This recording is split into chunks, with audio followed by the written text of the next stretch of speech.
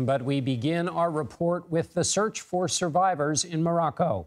The able-bodied used shovels alongside bulldozers to lift pieces of cities and villages flattened by a 6.8 magnitude earthquake that hit the North African nation late Friday. The death toll is in the thousands.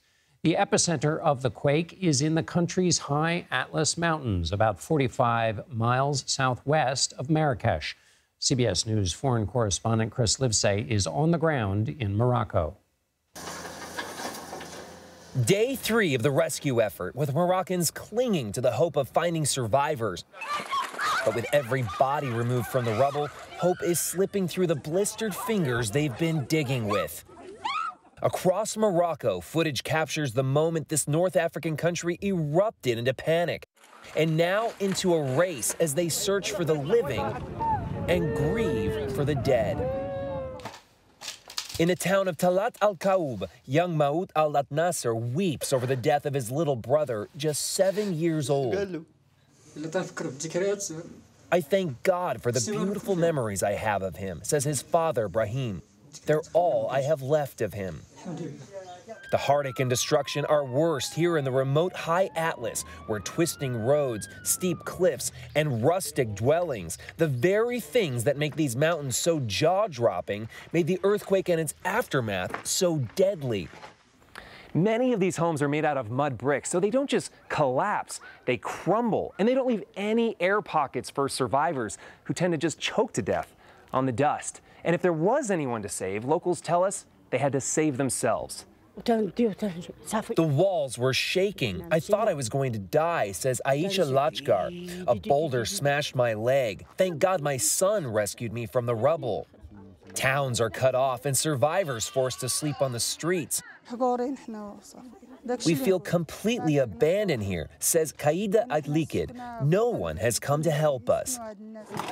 Aid has been slow to trickle in, and the government hasn't allowed many foreign crews in.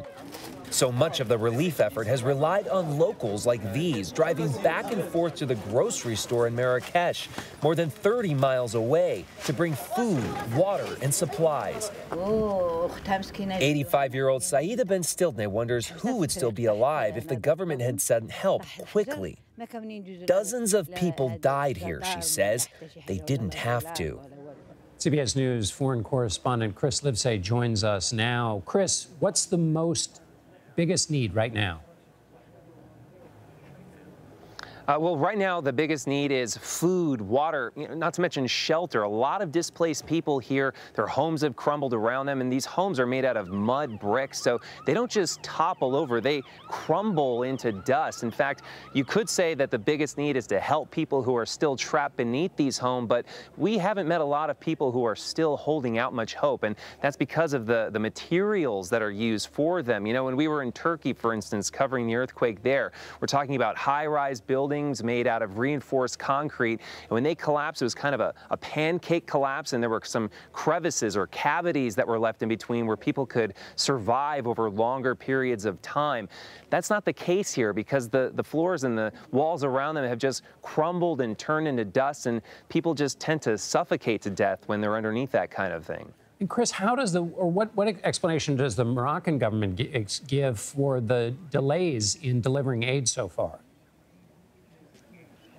Well, it's this remote, very far-reaching terrain. You know, we're talking about a place that's high up in the mountains, the high Atlas here. We're talking about winding, twisting roads, jagged cliffs. It's really a stunning terrain. It looks a lot like the American Southwest in some ways.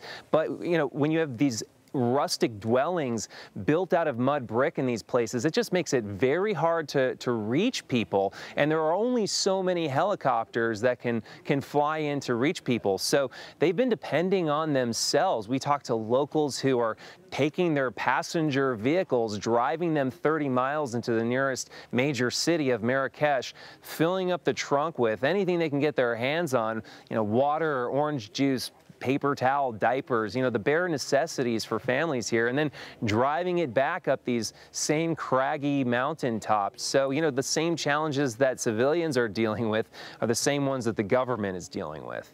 Chris Livesay for us on the ground. Chris, thank you so much. Thank you.